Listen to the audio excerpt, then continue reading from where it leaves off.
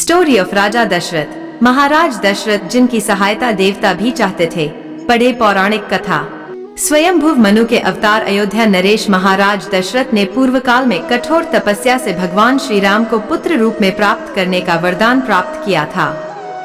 वह परम तेजस्वी, वेदों के ज्ञाता, विशाल सेना के स्वामी, प्रजा का पुत्र के समान पालन करने वाले तथा सत्य प्रतिज्ञ थे। इनके राज्य में प्रजा सब प्रकार से धर्मरत तथा धन धान्य से संपन्न थी।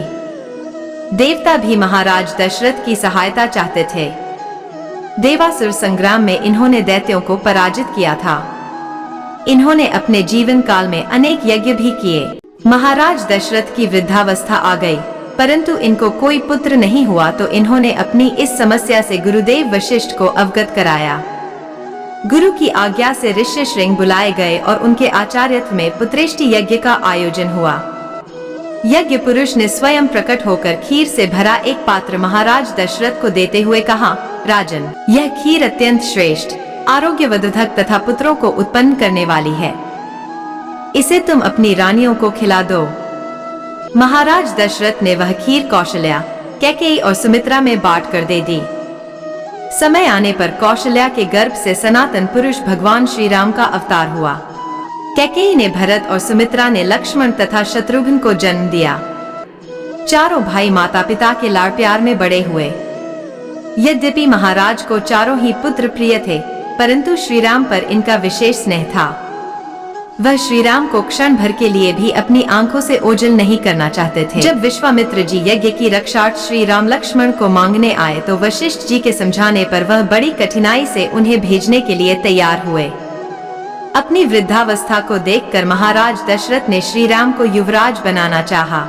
मंत्रा की सलाह से कैकेयी ने अपने पुराने 2 वरदान महाराज से मांगे। एक में भरत को राज्य और दूसरे में श्री राम के लिए 14 वर्षों का वनवास।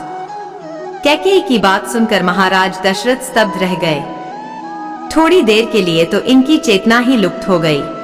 होश आने पर इन्होंने कैकेयी को समझाया और कैकेयी से कहा, भरत को तो मैं अभी बुलाकर राज्य दे देता हूँ, परंतु तुम राम को वन भेजने का आग्रह मत करो। विधि के विधान एवं भाग्य की प्रबलता के कारण महाराज के विनय का कैकेयी पर कोई प्रभाव नहीं पड़ा।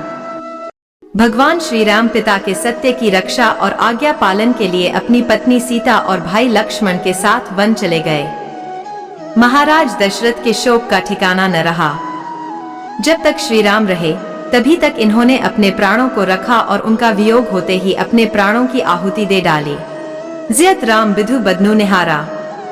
राम बिरह करी मरनु संवार। महाराज दशरथ के जीवन के साथ उनकी मृत्यु भी सुधर गई। श्री राम के वियोग में अपने प्राण देकर इन्होंने प्रेम का एक अनोखा आदर्श स्थापित किया। महाराज दशरथ के समान भाग्यशाली और कौन होगा। अगर आपको वीडियो पसंद आया तो चैनल को सब्सक्राइब करो। इस चैनल पर ऐसे ही रोज वीडियो आएंगे। अगर आपको रोज ऐसा वीडियो चाहिए तो चैनल को सब्सक्राइब करो। आपका धन्यवाद।